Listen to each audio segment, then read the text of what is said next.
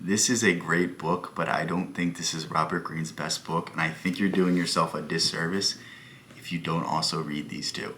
Like, I'm telling you, you can learn a lot from this book, but you can also get just as much wisdom, if not more, from these two works. And something that I really want to emphasize is the 48 Laws of Power is like the abridged version of what is in these two books, because the style that Robert Greene writes in is he kind of like, he takes a book, he takes a central idea, and then he works it out through events through history. So the 48 Laws of Power is about power. And power includes so many different aspects to it. Like, to be a great leader, to be a great manipulator, to be someone that can get things done without brute force, it takes not just reading a book, it takes inflection, it takes the ability to lie, it takes the ability to, be somewhat honest in certain selective moments to make yourself seem like you're not as despicable as possible. You don't need a moral compass. You need to be a tricky person, and like, you gotta have to be able to like not come off as a used car salesman in the course of it. Like, it's very hard to encompass all of these traits. And these other two books are about more, I would say, holistic topics. Like, the 48 Laws of Power is mostly a handbook, a model for you to not get manipulated.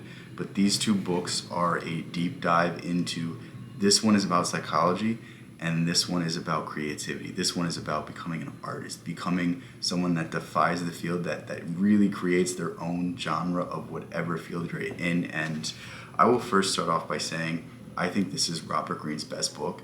The Laws of Human Nature is something that if you read, you will learn something about yourself. You will learn how to deal with yourself, and you will learn how to deal with others, and you will learn the idea of perspective, the way people view themselves, and how everyone views themselves as the hero in their own story. One of the funniest parts of this book is there's a section where it's basically saying that, like, even the dumbest person you know thinks they're smart in some way. You know what? They might not be book smart, but they think they're street smart. Like, people have all sorts of these copes to make themselves like feel valued, make themselves feel justified. And like, if you just confirm this, you can get so much further in life. Like, if you have a boss that wants to be hip, that wants to be cool, and you just kind of like make it seem like you're more interested in their stories than they are, like, that's gonna go a long way. It's little tactics like this, it's little tips like this, and it's a peek into the psychology, because there certainly is psychology in the 48 Laws of Power, but this perfectly explains the anima animus principle of Jung, and it explains it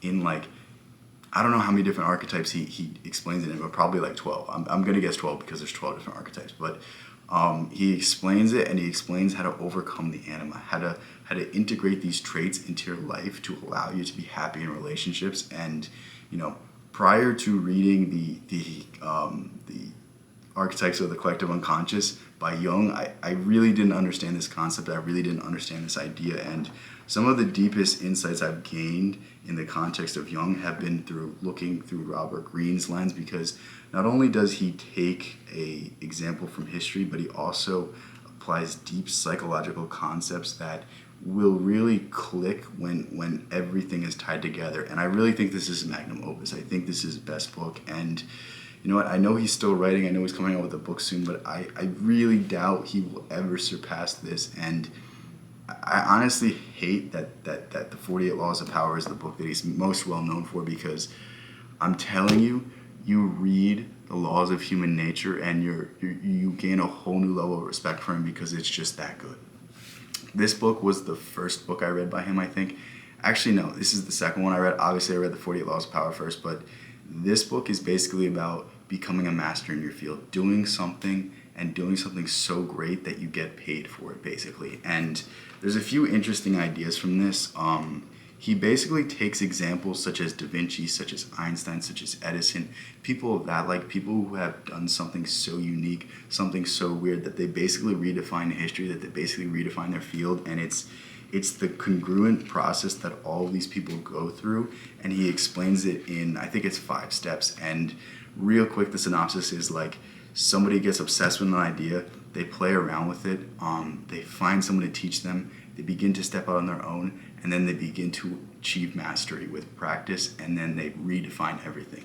That is the basic process in this book, and it's really a great way to explain the creative process and explain the creative process in the context of some of the greatest achievers in history. Like, I don't know about you, but I don't study statistics. I don't study studies. I don't look into what the average people can do. I look for inspiration in the likes of the greatest minds who ever lived and the greatest people who ever lived. And that's what makes this book so good. Like, I'm telling you, a lot of self-help books are just like, oh, if you do this, this will happen. Oh, if you do this, oh, we have this one testimonial. Whereas this book is looking at some of the greatest minds in history who never contacted each other, who never had any sort of correspondence, and it's not just one time period, it's all of them, and explaining how each and every one of these individuals achieved mastery and how they all did it through the same process, and giving you that blueprint. If that doesn't make you want to read it, I don't know what will. But the reason I made this video, the reason why I wanted to bring you these titles, is because I was literally telling my friend about these books. He was saying that he liked the 48 Laws of Power, but he hasn't read any of his other ones.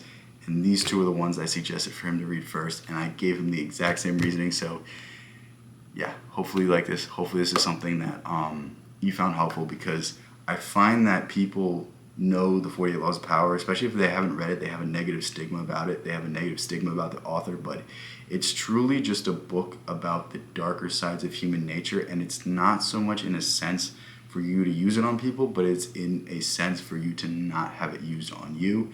But these other two books show that Robert Greene isn't a complete sociopath, that he actually is a very interesting individual, and he actually does have a lot of interesting things to say about society. And through these insights, you can really start to apply these things in your life. And I think the greatest thing about Robert Greene is he leaves these concepts open-ended.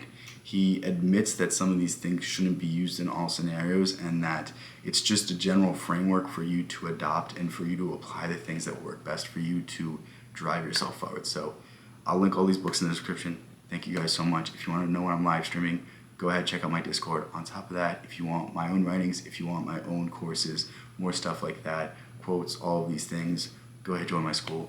Love you guys so much. Peace out. Catch you next one.